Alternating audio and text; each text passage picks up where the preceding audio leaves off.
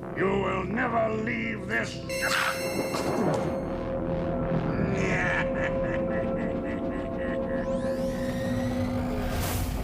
Hello and welcome to Fast Return. I'm Sean. And I'm Ethan.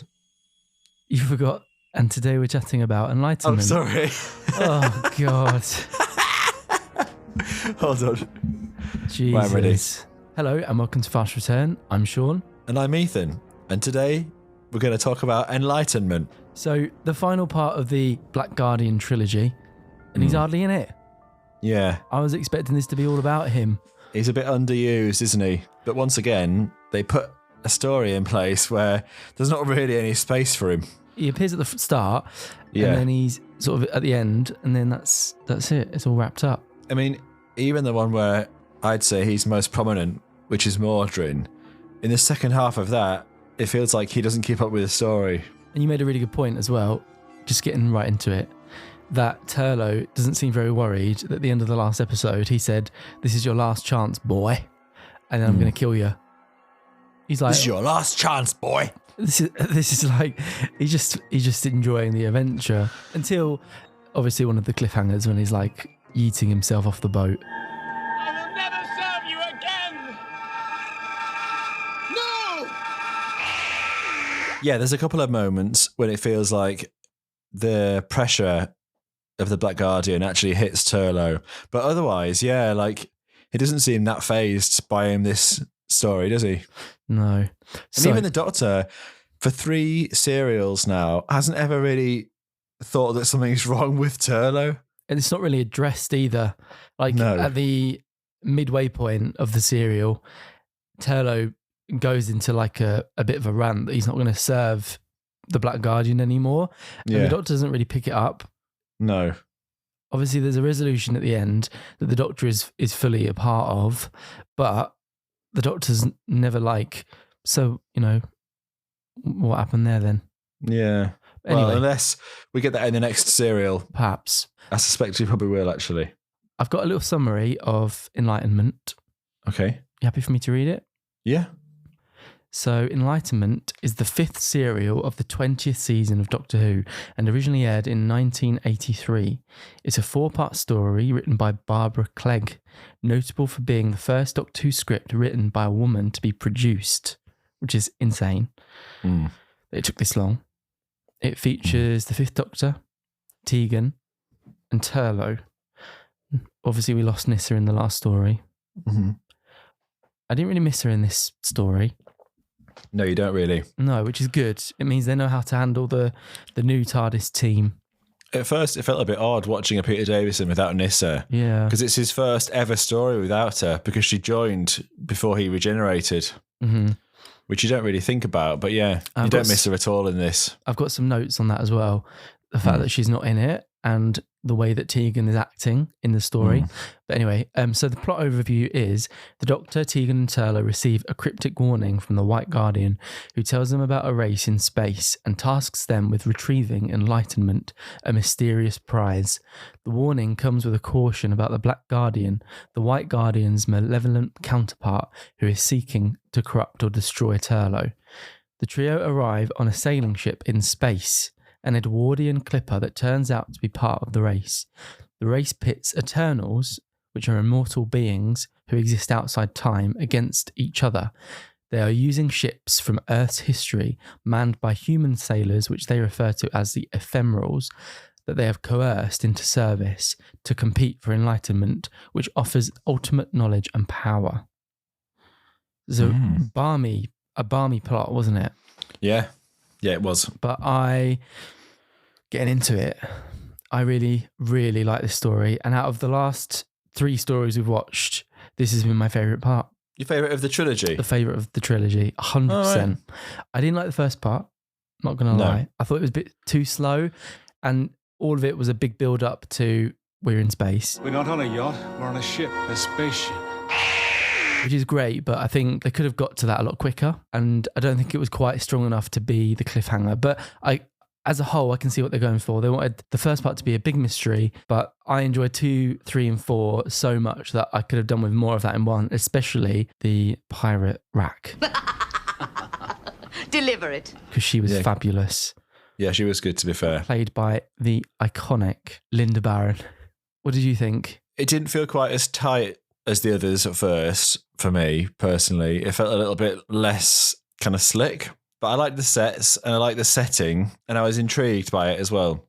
Because after 2 stories that both felt very sci-fi, to have a more like Earth-based setting was quite a nice change.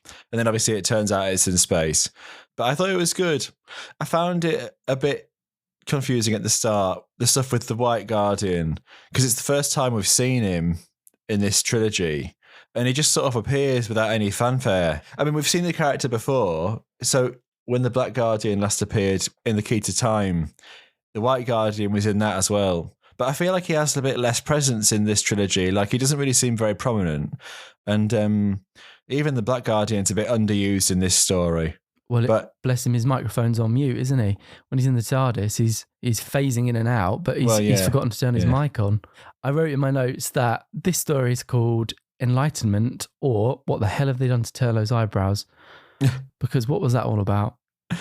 Who decided? I still don't know if his eyebrows are makeup or if they're actually real. It does make him look more alien, doesn't it, to be fair? It does. So it opens up on more chilling in the TARDIS, which I really liked, because I said that in the last episode. I really love seeing the companions just chilling. So are we to assume that the Black Guardian, he's shut the White Guardian up, so he's like trying to stop him from telling the Doctor what's going on? Yeah, so the first time we see him in this story is after the White Guardian's finished trying to deliver his message, isn't it? And he appears and like blots him out almost, but just laughs, and that's it. That's his only appearance at the start of the story. The rest of it's the White Guardian trying to communicate with the Doctor, and then after he leaves the TARDIS with Turlough, Tegan. Right. Because you talked in the last episode about lighting, so I thought that was used really well in this story. Yeah, it's better in this story. The lighting team were definitely on it, especially in the TARDIS. It was sort of orange, wasn't it? All the TARDIS scenes were orange. Yeah, they were, yeah. To show that the TARDIS's power was being drained or something like that. Yeah, exactly. And it was brilliant. It was so atmospheric. I really, really liked that. I think the lighting in this story generally has been really strong.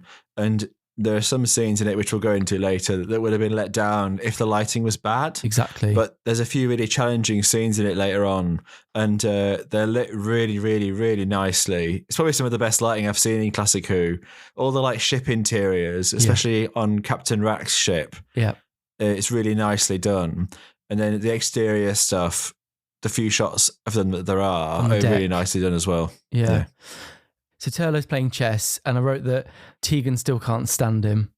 She's a little bit miserable in this story, but that's to be expected because she's still sort of mourning the loss of Nyssa, isn't she? But Turlough's just like sat there playing chess like nothing's happened. And he doesn't even seem under any immediate pressure, does he, by the Black Guardian in this? No, he's just chilling. That's what I thought was a bit odd, because the cliffhanger was all about the Black Guardian saying, you've got one more shot and then I'm terminating you. Yeah. And then he just sat here relaxing. And Tegan's still very much suspicious of him. And she makes a comment that he ran away in the last story, and he says, well, I explained what happened on Terminus, so there was a nice bit of continuation there. Yeah, it's her acknowledging that she's still suspicious of him even through all of his actions in the last story. Yeah, well, it's a good thing she says it, because no one else seems to be suspicious of him, do they? No, the Doctor especially. Yeah. So the White Guardian tries to warn the Doctor, but it doesn't quite get through. What makes him land on the ship again? I can't remember. The Doctor decides to land, doesn't he? Mm-hmm. They're drawn there, aren't they? Yeah. By the power drain. And I think the power drain's actually Captain Rack's machine in part 3, isn't it? In part 4. Okay. Yep. Yeah. Fair enough. There was a really creepy scene. So they land the TARDIS, and the Doctor and Turlough, they explore, and they're in like a storage area, aren't they, in the belly of the ship. And it's really dark and really creepy. And the Doctor and Turlough, they both got these torches. Yeah. And that's all brilliant. And they leave poor Tegan on the TARDIS, which is being drained still by this malevolent force. Yeah, well, the Doctor leaves her to see if any of the messages can come through, if she can relay it back to him. Yeah. And on the TARDIS screen, you just see these hands sort of like banging on the screen. Yeah, I still don't really get that. It's a bit baffling. Mm-hmm. because he's sort of there and then he sort of screams and falls backwards. Is that him being taken out of his original time to work for the Eternals? I don't know. Oh no, he is an Eternal. I'm sure it was explained somewhere, but maybe we missed it. It's okay. So the Doctor and Turlough are exploring the ship. You think it's a seafaring ship, don't you? Yeah. You think that we're in Edwardian times. And even the newspaper's dated September 7th, 1902. And the Doctor says, we must find out why the White Guardian wanted me to come here. So the White Guardians led them there. That makes sense. Right. They sort of decide not to make too much of a fuss, don't they? And they end up from the bottom part of the ship in like the sailors' quarters, like the crew's quarters. Yeah, exactly. And there's like a mess room where they're all like relaxing and playing chess and sat on a table like drinking and stuff with the beds and things. And the Doctor decides that they're just going to blend in with everybody else and just fit in. Mm-hmm. And Turlough's a bit bemused, isn't he, about why don't they just go back to the TARDIS? And the Doctor insists that they should stay. He always wants the next adventure, doesn't he? From the Black Guardian, to be honest. And he especially hates anything to do with Earth because he thought at that point that they were on Edwardian Earth and he was like, let's get out of here. Let's do something more interesting somewhere else, which is fair. But yeah, I liked all that. Like the Doctor trying to blend in on a ship. It was done really well. Peter Davison is on top form again in this story. He's good in this. Yeah, really he's good in this. Really I agree. Good. And Tegan decides to leave the TARDIS. I think it gets a bit too creepy in there for her. Well, she hears Tegan's in the TARDIS and she hears him say danger and like a warning. She hears the full message. So then she decides to try and leave to like relay it on to him. Yeah, that's right. Yeah. She ends up separated from them again. Yeah. And bumps into Mariner, who is this creepy, like, he almost looks waxy, doesn't he? Yeah. There seems to be an inhuman quality to him. Yeah. Which makes sense later. Yeah. And he thinks that Tegan's a stowaway. He catches her straight away. And it's the start of their little romance, isn't it? Because he says, you're a stowaway, I shall put you in irons. It's kind of a romance. It's kind of just him creeping on her. Yeah. To be honest with you. She doesn't really seem interested in him. Unrequited love, for sure. He's trying to use all his charm on her. But he's creepy, he's camp. She manages to make her way back to the Doctor anyway, and he isn't pleased to see her as usual. Doctor? What are you doing here? Don't ask. I was so stupid. You're unharmed. Did the White Guardian make contact again? I was very confused. Well, tell me everything you can remember. Well, he was insistent somebody or something must not win the race. Tell the Doctor, he said, winner takes all. Well, is that it? Well, console blew up. It's not much help, is it? Well, you did your best. The message doesn't make sense. Winner takes all. May do, especially as we're on a racing yacht. How do you know? We've been talking to the crew. I hope they're not as peculiar as the officers. The one I've met's very strange. And they end up dining with the captain and two officers, don't they? Mm-hmm. Which was a really nice scene.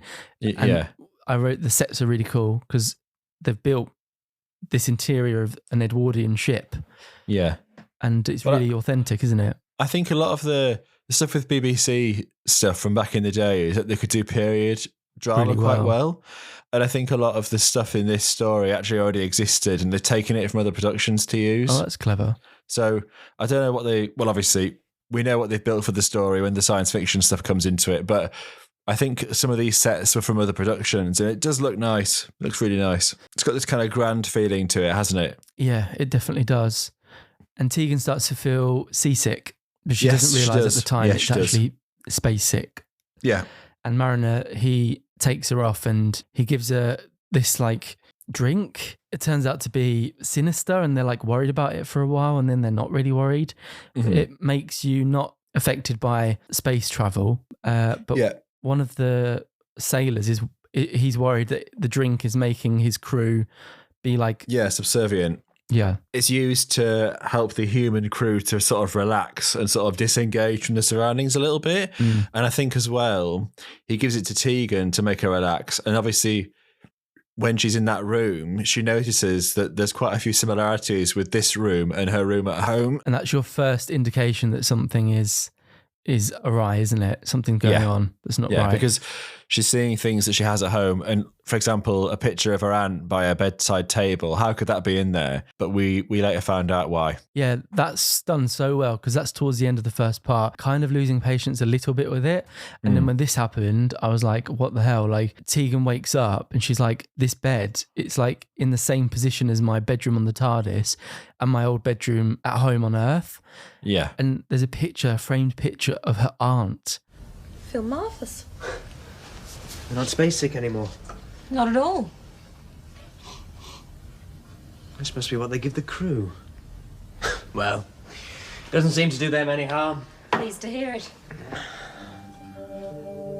Jumble this room is. Although some of it seems quite familiar. It's a weird mix of my room on the TARDIS and my bedroom in Brisbane. I'm beginning to find this ship very strange. Aunt Vanessa. I don't believe it. It's as though somebody's been rummaging around in my memories. Perhaps they have. Come on. Let's go and find the doctor. I mean, that would be so unsettling to wake up and find a picture of your family member on this random ship. Yeah. She ends up running back to the wheelhouse. And like throughout the first part, there's lots of things that aren't making sense. Like the spaceship, the spacesuits hanging up on an Edwardian ship. That doesn't make sense. The sailors, they can't remember how they got there or why they're there. Things just aren't adding up. And I really wasn't expecting it to go in this direction. You've not seen this story before, have you? No, never. And I hadn't either. So it was a surprise to us. So Tegan makes her way back up to the wheelhouse and says to the doctor, there's something weird going on. And that's when the captain lifts up a panel and you see that there's electronics in the boat. Yeah. And Tegan's like, electronics on an Edwardian sailing yacht? Yeah. As if you hadn't realised that there's something fishy going on. And I thought it was funny because, like you said, the set builders, clearly they knew what they were doing with a period setting set. But whoever was designing this, they weren't as au fait with spaceship dressing. I know. Because they opened the panel and it was like a cake tray, like a silver cake tray, and a row of 3 calculators on, and it looked like it was held together with tin foil. Yeah, I think it probably was. But the following shot, when the window opens up and you realise that they're in space, that was an incredible model shot. Look at the screen. We're not on a yacht, we're on a ship. A spaceship. Like one of the best. Yeah. People say that the model work in this is really good and some of it's the best in classic Who.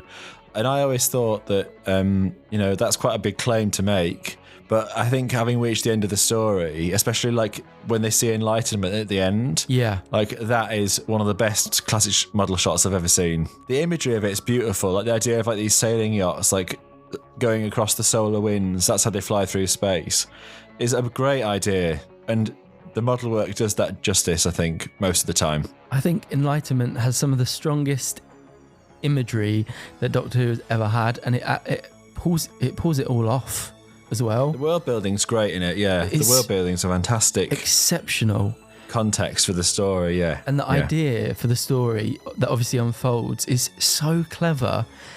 Like that you've got these gods and they're so bored in eternity that they take part in this race. And it's obviously an idea that is explored later on in the story, but the idea is that they can't have original ideas. They can do anything, but they can't think of original ideas. So they take all this imagery from Earth to an Edwardian ship, and later you see there's a pirate ship. And I just think that's so cool. Yeah, I think it's revealed, isn't it, that the Captain Stryker and all of his crew are Eternals, which are these like beings that are beyond time and they've sort of lived forever. And like you say, they don't have any original thoughts or ideas, so they seek other beings to like give them pleasure. It reminded me of the War Games, that it's about a race of aliens who are working with a renegade of the Time Lords to use TARDISes to like steal human beings from across time and put them in different contexts in war. That's the War Games. And those aliens, who are referred to only as aliens in the War Games, they're obviously taking out armies from across history. And that reminded me a bit of this, where the Eternals are doing that. They're taking like some of the best crews from across history to pilot these ships. And I'll bet there's a fan theory out there that says the Eternals are in the War Games. Because it's the same sort of idea, isn't it? Yeah. That there are these bored, like powerful beings who kidnap humans, essentially. As playthings. Yeah, kind of, yeah. There was some really beautiful lines of dialogue in this episode as well. So I really liked it when Tegan said, when she saw the framed picture of her aunt, it's as though somebody's been rummaging around in my memories. Yeah. There's so many great ideas in this story and they all get sort of pulled off and they all come together. The acting's really good as well. Like they found this guy to play Mariner, and like I said before, there's this like really alien quality to him. Yeah. He's this really like striking like young man like to look at, and you could believe that he's not of this earth, like, and the way he acts as well, it's weird. Like you can tell something's not right with him. He's supposed to be disarming, isn't he? That's the whole point. He's supposed to be like, he's got a very like slight charm and sort of easiness to him, to how he looks, but the way that he behaves is quite kind of like unnatural and a bit strange. But you can totally see why they chose this guy for that part, definitely. It's a bit of a shame as well, because I feel like you could have done a bit more with his character, because he becomes obsessed with Tegan really quickly. And for the majority of the story, it's quite endearing because he just fawns over her and he wants to protect her and look after her. But in the last couple of minutes, he says to Tegan that he needs her, and it felt a bit sinister right at the end. Yeah. And I don't know, I feel like you could have done something with that he's not an evil character, but his obsession could drive him to do something evil. And I don't know, I thought there could have been a whole story around that. But at this stage, like, he finds her really appealing and like attractive, and obviously, like Sean said, he's fawning over her.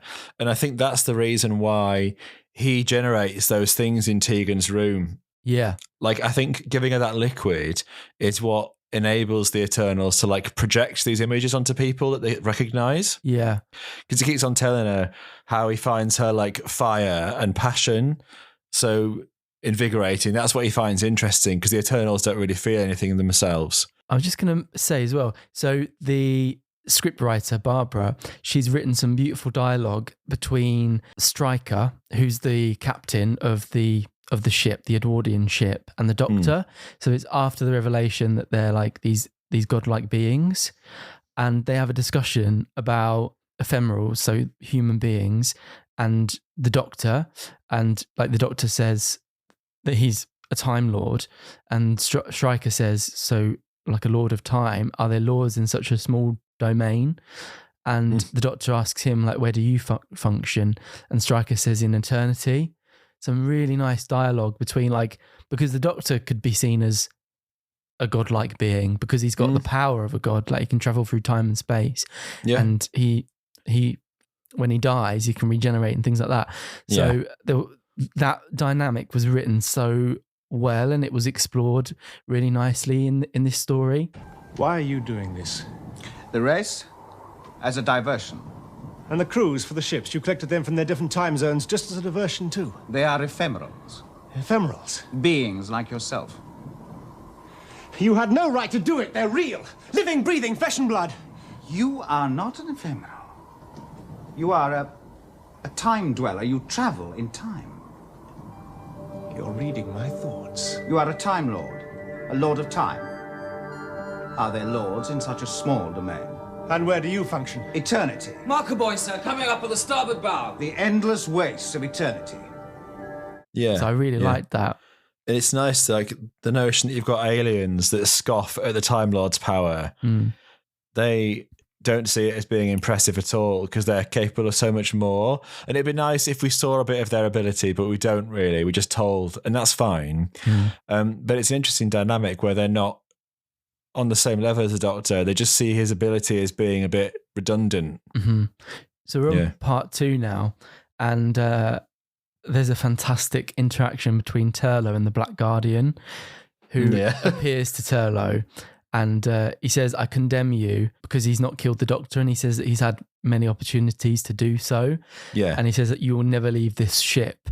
And he like grabs Turlo and throws him to the floor, and he lets out this hilarious like Wario sort of laugh. It's like or like Voldemort, like Condemn you to everlasting life. You will never leave this.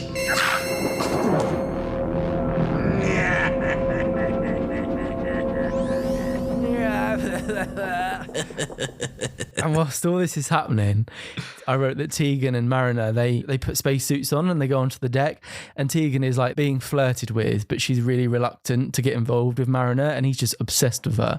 Yeah. And I wrote that they go up on deck and they almost have their Titanic moment. I was expecting Mariner to like be behind her and on the bars like Rose and Jack in Titanic, but they don't quite get to that point. Yeah, they don't quite have that sort of relationship, do they? He doesn't quite get that far. He doesn't quite woo her enough to get her into a car in the storage. But anyway, so the Doctor and Stryker, they talk a little bit more about the prize, and we learn that the prize for winning this race is enlightenment. So it's a race through space, and the prize is enlightenment, which is the wisdom which knows all things, which will enable Stryker to achieve what he desires the most. And then he says, "Do not ask what that is. I will not tell you," which I thought was quite funny. Yeah. He just sort of flatly says it, doesn't he? Yeah. They watch another ship get blown up, don't they? And they don't know why this ship just implodes or explodes. The Doctor and Turlo and Tegan, they all gather on the deck. Yes. Yeah. To get a scope of what they're up against and see what's going on. And the spacesuits are so cool. Like, the helmets. The spacesuits are quite interesting. The thing about this, though, that got me was that the way that the deck set is shot and filmed, it's atmospheric, and it feels really like unlike anything I've seen in Classic Who before, because they clearly wouldn't have had the budget to show like planets and stars whizzing past. So what you get instead is like a small section of the deck of the ship, but the lighting is fantastic, and it's just so atmospheric. Yeah, it's really, really well done. Yeah. And like you say, they only had the budget to build quite a small set for the deck, understandably. But what they did with it was so well directed, wasn't it? Yeah. And they obviously had like a curtain behind the deck to give the sense of space. Yeah. And they added like little lights for the stars, and the way they lit it, it was really atmospheric. It did exactly what it needed to do. Yeah. So they did a really, really good job on that. And there's like a real art to it. It's like red and blue and purple and orange. It's not just black, a black curtain. You wouldn't have thought that would ever be how you'd light it, but they did it, and it looks really good for me. To my eyes, it looks fantastic. I agree. And that's all leading up to the cliffhanger of the second part, which is Turlo has a bit of a mental breakdown, doesn't he? Yes, that's right. I will never serve you again. And then he just yeets himself off of the Slides boat. off himself. Yeah. Yeah. No! I will never serve you again!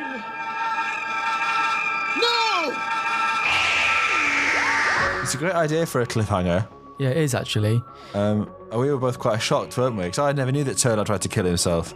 Yeah. But it's kind of like, this is the dramatic peak, isn't it, of the Black Guardian, really? Because after this, it's sort of like he gets forgotten about again for 2 more episodes. Yeah. More or less.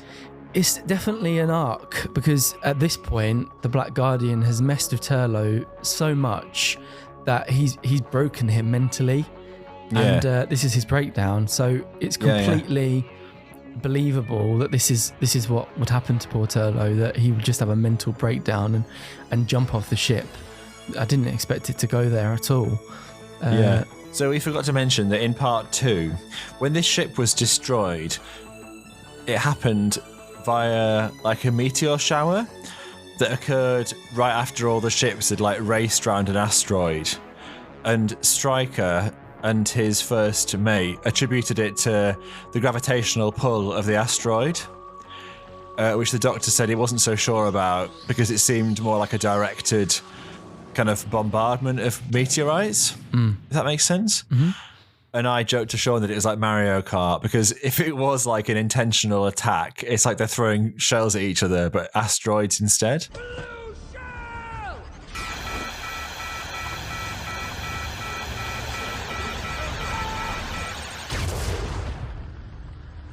And then, so basically that's like the intrigue, isn't it, that carries through to part 3, is that if someone is in control of like weaponry and they're using it to like play dirty, there's obviously a problem there, isn't there? Yeah, exactly.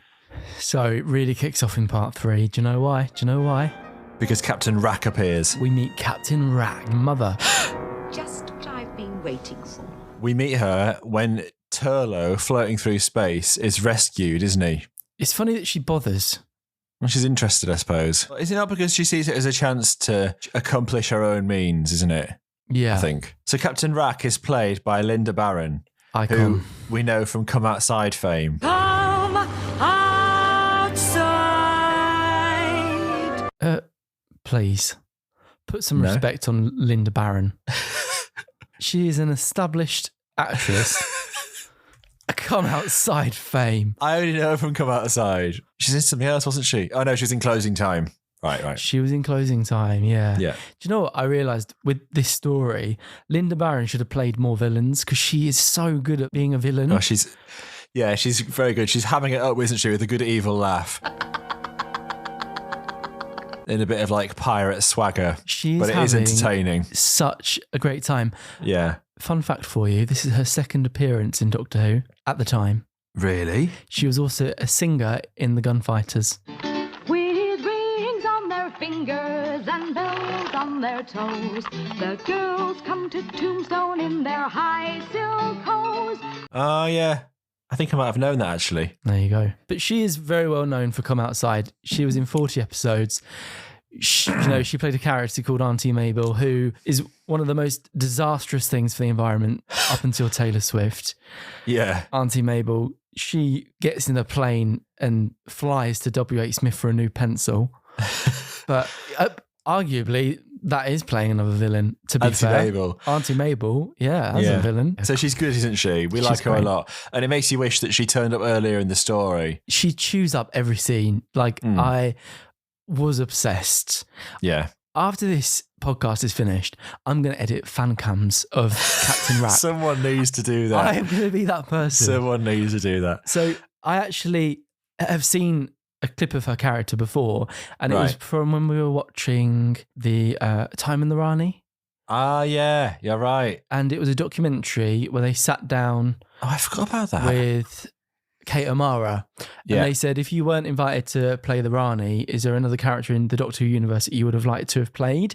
And without even hesitating, she was like, Captain Rack. Captain Rack, 10 out of 10 for the name, for starters. I think she is the scariest of all the divas because everything she does is about her own amusement. It's just for fun. I'm going to walk round you with this knife and terrorise you, and maybe I might peel off your skin, but I'm just doing it for a laugh. I thought, no, I should have been playing that part, and I adore her. I think she's wonderful, but I thought, no, pirates are my domain. There's nobody butcher than I am. And I thought, no, I think I should have had that part, Linda. Yeah. And but that was the part that she really wanted because it just looked like such a hoot. I could see Kate O'Mara in that role, but I'm glad we got her for the Rani. Right, okay. But vice versa, I think that Linda Barron would have played a great Rani as well. Yeah, true. But I do think that they made the right choice. Yeah. I think seeing her play it the way she does, Captain Rack's a great one-time villain. And the scenario that you find her in is perfect for her character as well. She had so much fun with it. I mean, how could you not? Yeah. She's the captain of a pirate ship, but she's a god, and nothing phases her. She's just there to have a good time. Yeah, and it feels like the Eternals. The ones that we meet initially on the ship that the Doctor's on, they are a miserable lot. They all seem bored and a bit like passive, but here's Captain Rack, who very much seems like an Eternal who's like enjoying the thrill of the ride, and she fully embraces the whole like pirate thing. She's got a crew around her that are all very much like kind of seasoned pirate crooks, aren't they? And they're all like the swashbuckling lot, and she's really enjoying herself. And so she seems to me to be a bit like of an outlaw among the other Eternals. Yeah, a bit like how the Doctor's an outlaw of the Time Lords. Do you know? Yeah, you're right, because she's breaking the rules, isn't she? Yeah, she does. She plays dirty, and she wants to she knows that her crew are good and that her ship's powerful, and she wants to get what she wants, you know? We find out later that the Black Guardian had given her an offer. Yeah, So, exactly. Yeah. So I wrote as well, with the stuff going on back on the Edwardian ship with the Doctor and Tegan, I wrote that it was giving Ridley Scott's Prometheus, and Mariner is like David, especially with Tegan. There's a really interesting interaction between the pair of them where Mariner's like, you've killed your thoughts, you're hiding them from me. And Tegan says, and that's the way it will remain until I find out exactly what's going on here. Yeah. And Mariner just finds this even more fascinating. Yeah. And he says, I had no idea ephemerals could be so entertaining. Perhaps that's why Rack stopped to pick up your friend. So that's an explanation as to why she rescued Turlough. The timing of it's great because Tegan, obviously, she has got a tendency to be a bit of a grouch anyway, but Janet Fielding plays it in this story like it's grief almost. And for reasons we'll go into, that grief becomes escalated later in the story. But you can tell that the character of Tegan is changing a bit from the character that we were first introduced to. And you actually said, Sean, as well, that you felt that Janet Fielding, it was being played with a bit more depth than it was before. Yeah. And so Tegan, in this environment that is quite alien to her, in spite of all the finery and stuff, she's not enjoying herself, but she's clearly a bit upset about the loss of Nyssa as well. Yeah. She's playing it in a really serious, drama-y way. It's a bit more nuanced. Yeah, definitely. Especially compared to the Tegan we knew in Legopolis. Exactly. Especially knowing as well what comes after, because as much as we love a companion like Ace, when she first joins the show, she plays the character in a bit of a pantomime way. It's not very surface level, isn't it? Yeah, a little bit. But I think it's because of what she was being told to do, not because of Aldred's acting. Oh, no, not at all. I think. Not at all. Yeah, so in the next scene, she gets changed into a ball gown, doesn't she? She gets dressed up. Yeah. So I love that. Seeing Tegan get dressed up, because they don't do that enough, because they always wear the same outfit. And even after she takes off the ball gown, I know it makes sense, but she gets back into the same really tight top, bless her. It doesn't look comfortable at all, that she's been wearing for the past 2 stories. On the pirate ship, Captain Rack. She also gets changed, doesn't she? She gets changed, but I wrote that she's got this fruity number that assists her. And is he called Mansell? Her first mate. Yeah, I think so, yeah. Because his first bit of dialogue is in this scene. Right. And he's like, the ship's gaining on us. Captain. What is it? Davy's ship's gaining on us. Good. Yeah, he's kind of fab, isn't he? He's kind of fabulous. He's a very 80s character, it feels. Yeah. Feels like he's very 80s. He looks like a boy band member, put it that way. And Captain Rack she's got changed as well. She's in a dress, and I wrote, what an icon. Oh my God, obsessed. It has a sort of Munich beer hall, German lady about it, doesn't it? Yeah. You can imagine swaggering around the decks with 2 hands full of steins. Yeah, exactly. In either hand. They're not serving beer anyway. They're serving champagne, and Tegan helps herself to a glass of that, which I enjoy. Yeah. She decides to do a party, doesn't she? Yeah. With all the other Eternals. And it's a bit bizarre because obviously they're in the middle of a race. So by some happenstance, the crew managed to get off all their ships and join her for this party. Yeah, I thought it was a bit like a midway point. Their ships are running on auto. Yeah. And they'll have a little gathering, Yeah. Because they're there to enjoy it. Yeah, true. I wrote that Captain Rack... booby dress off. Yeah. We get a great scene. The 5th Doctor replaces his celery.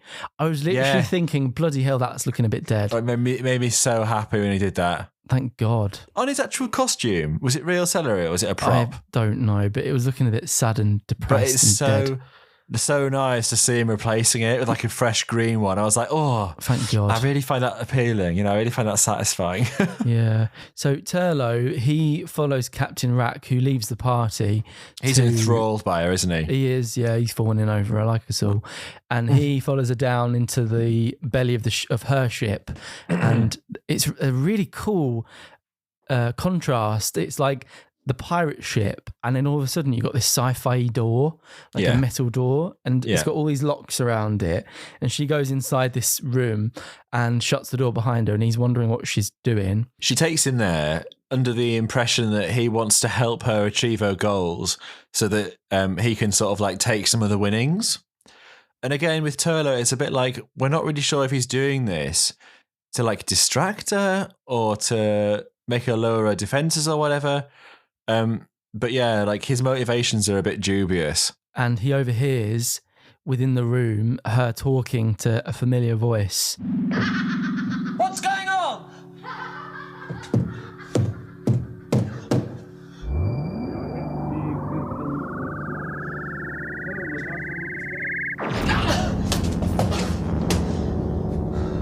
So it's the Black Guardian. That's your first clue, isn't it? Mm-hmm. And I love it because you hear, because obviously the Black Guardian's got this hilarious like Wario laugh. And then Captain Rack, she's also got a proper cackle on her and they have a little laugh off.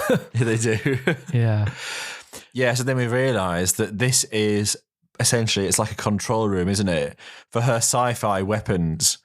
So that's how she was able to like blast that ship with meteorites, because she controls it from this room. Yeah. And Turlo ends up in the room, doesn't he? After she leaves, he goes inside, right? Because the cliffhanger for this part is Turlo's in the room and he thinks he's about to get sucked out into space. And she puts the jewel on Tegan. Yeah. Yeah. So there's one scene where they go there first where Turlo sees the equipment and stuff.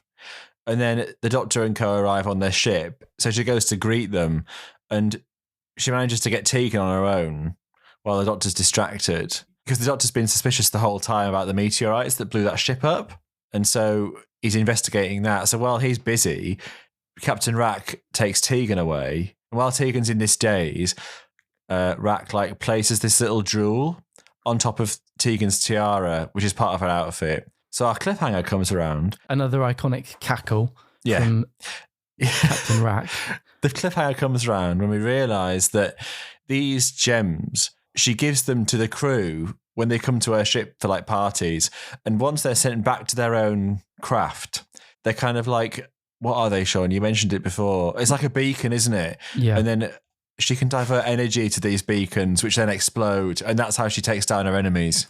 Because in the first, or was it, I think the second part, they communicate with another ship and the interior of that ship was like Greek.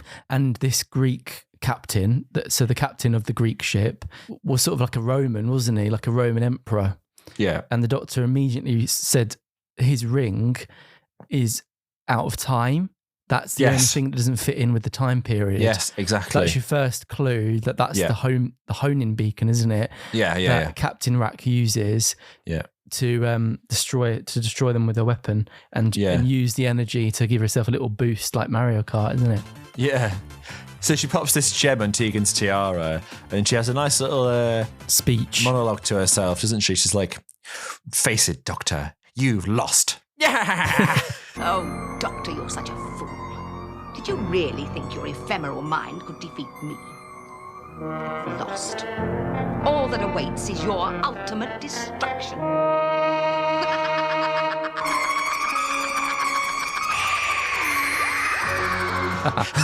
I love her cackles. I'm going to make a compilation. It's just Captain Rack cackling. Yeah, and that goes into part 4. Yeah. Another great cliffhanger, to be fair. It's not. Yeah, it's fun. It's just, setting up the final battle. It's not like anyone's in immediate danger, but it's like it's heading towards shit. They're up shit creek without a paddle. Yeah. And Captain Rack is the villain. She's the villain of the story. Yeah. But who cares? She's also mummy. Part 4, Mariner's still fawning over Tegan, and he tracks her down, doesn't he? And he takes her away from Captain Rack. She's like, "Don't let me keep you." Well, they all sort of meet, don't they? Yeah. And Rack doesn't trust Turlo anyway. So when she sees the Doctor snooping around, she's like, "Right, everyone get off now." Exactly. So she boots them all off, but obviously not before giving Tegan this gem. So they all return to Stryker's ship, don't they? The Edwardian one. Mariner, he says to Tegan, "I was worried. Like, where were you? Where did Rack take you?" And she says, "The wheelhouse." And he's like, "You're unharmed," and she's like, "Of course," and he's like, "I was concerned for you," and Tegan's like, "Thank you, but that's not necessary." So he's already getting a little bit like smothery. Yeah. And she's enjoying it less and less. Not that she was enjoying it to begin with, but they're just like, it's just unrequited. She's given him no indication to feel like that, but he's just becoming obsessed. I think in this scene, he tells her that he loves her. You give me being. I look into your mind and see life, energy, excitement. I want them. I want you. Your thoughts shall be my thoughts, your feelings, my feelings. Wait a minute. Are you trying to tell me you're in love? Love? What is love? I want existence. This is when it gets creepy. Yeah. Chucking. Good dialogue, though. It is good dialogue. I mean, all the dialogue is fantastic. Yeah. I'd love to know if Barbara ever wrote for Doctor Who again, because I hope she does, because she's... No, I don't think she did. The lady who directed it, what was that again? Bear with me a minute. Let me just find this, because this is a good story. Oh, the ball gown worn by Linda Barron was made especially for the serial and was the most expensive costume on display. Right. Okay, so Fiona Cumming was disappointed that Barbara Clegg was never asked to write for the show again. The two met for the very first time when recording the DVD commentary, claiming they were told they were forbidden to meet. When asked about working on the show, Clegg described discussing anything with Eric Sayward as uncomfortable. So I suspect he might have had a part to play in that. Yeah. In her not wanting to be part of the show again. It says here that she wanted to write for Doctor Who again, and she submitted other storyline ideas and was rejected by Sayward, which is no surprise because he had problems. But with a lot of people. Andrew Cartmel also rejected her story ideas. Really? Yeah, but he wasn't really on the show that long, and he did nurture a lot of talent, and maybe had he been doing it for longer, if Doctor Who hadn't been cancelled after Survival, maybe one of her ideas would have gotten through. But it's a shame because she's a fantastic writer. Well, she clearly gets the idea of Doctor Who, doesn't she? Yeah. She was apparently a little bit upset because the Black Guardian trilogy, the Black Guardian part was shoehorned into this story.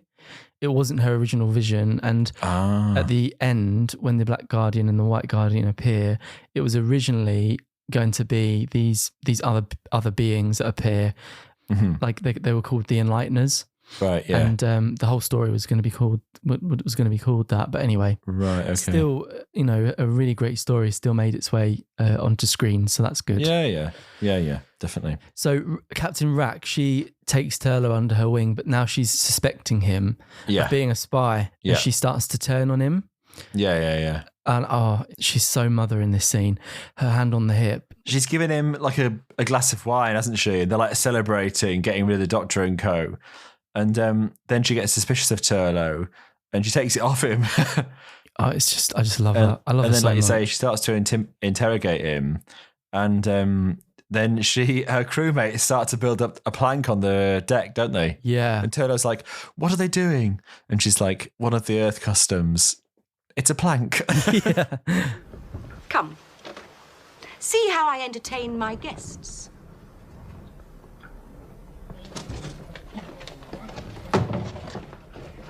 What are they doing? It's the plank. An ingenious ephemeral idea for disposing of those who stand in one's way.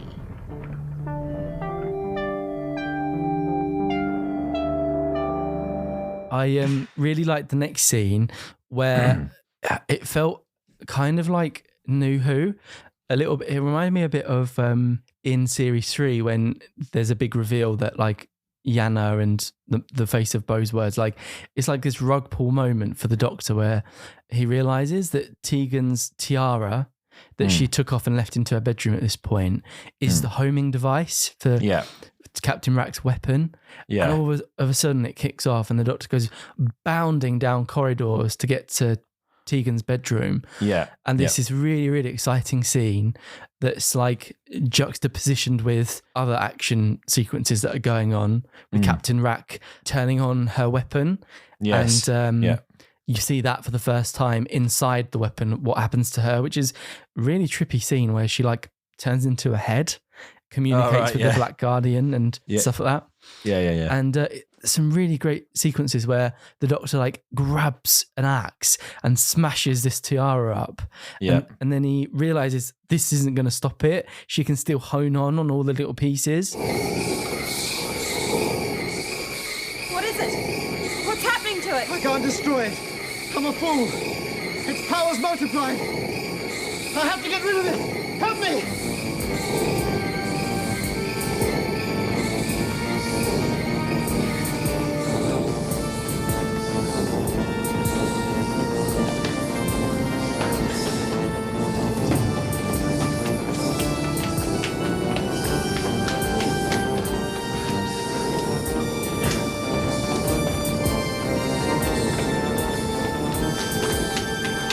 The deck. So he has to like scoop it up, and we were like, why does he not just roll up the rug? But okay. Yeah. He scoops up all the pieces, runs to the deck, and it's like this really long action sequence, and it's really cool. Yeah. And he's on the deck without a suit, and he has to throw it overboard, which he manages to do just in time, where the tiara, which is like floating in space, just explodes. Mm-hmm. So I thought that was really cool. Yeah, it's a very clever idea. Yeah, that felt very New Who, that sequence. Yeah, definitely. But the Doctor decides to then board Captain Rack's ship, doesn't he, to try and confront her, is that right? Because there's the showdown in the weapon with Turlough, the Doctor, Captain Rack and her fruity little number. Yes. Yeah. So Tegan... Yeah, he goes there in the TARDIS, doesn't he? Yeah, that's right. The Eternals on Stryker's ship release the TARDIS for the Doctor, which appears in its pilot room. So he jumps in and goes over to Rack's ship, and then he walks in on her and Turlough in there using the weapon, doesn't he? It's like, the Doctor still stands. Exactly. There's a bit where Tegan thinks that the Doctor and Turlough have been thrown out of Captain Rack's ship because there's these two bodies floating through two bodies space. float away from it. Yeah. So that's quite harrowing for her to witness. But at this point, the race is over, and Captain Rack's ship has reached Enlightenment. This amazing like crystal structure. Beautiful model shot. It's probably one of the nicest Classic Who model shots ever, I think. It perfectly depicts what it's meant to be depicting, because when you on paper, you can imagine like, how are we going to show this? It's perfect. It's perfect. She thinks they're dead because there's like an explosion shortly after the Doctor leaves, and two bodies float away from the ship. They think that the Doctor's dead. With Rack's ship having reached Enlightenment, it seems like the contest's over, doesn't it? Yeah, exactly. So they all decide to board Captain Rack's ship because it's like sort of like shake hands at the end of the race, and the Doctor and Turlough are there and they're okay. It turns out they managed to overthrow Captain Rack and her assistant and ended up chucking them out, which I thought at the time was a bit harsh. Then you think that they're actually gods, so they're not going to die. They just phase out of existence, don't they? And they return to their void. I think that's what somebody said earlier on in the episode. Yeah. So he'd not killed her, because that would have been harsh. No. But they all agree to go to Captain Rack's ship, don't they? And the staff of all the ships vanish. Yeah, like ghosts. And phasing out. Yeah. And as that happens, elsewhere in Rack's ship, the Black Guardian materializes. And then as he steps away from where he appeared from, the White Guardian appears. And I think that basically means that when the race is finished, the human staff are all returned home. Yeah. The crew are all sent away, and the Black Guardian and the White Guardian materialize and have a brief chat about Enlightenment, which is represented by like a glowing white globe. It's kind of implied that the Enlightenment is within the globe, isn't it? And there's the final sort of like showdown, isn't it? The Black and White Guardian. The Doctor has won Enlightenment, which is like a crystal. Because he was piloting Rack's ship when it reached the end. Yeah. They decide to award it to Turlough, don't they? The White Guardian awards Enlightenment to Turlough. Yeah. And he has to make a decision, doesn't he? He makes the right one. He makes the right one. Yeah. And because the Black Guardian says to Turlough, why don't you give me the Doctor in return for Enlightenment? Because anything that Turlough gets automatically belongs to the Black Guardian, because he's in a contract with him. Yeah. But yeah, the Turlough sees through it and ends up just awarding him enlightenment, which kills the Black Guardian. Because light defeats dark, doesn't it? He smacks it at him, doesn't he? Yeah. And it sort of the Black Guardian sort of immediately like bursts into flames and disappears, like screaming. Mm-hmm.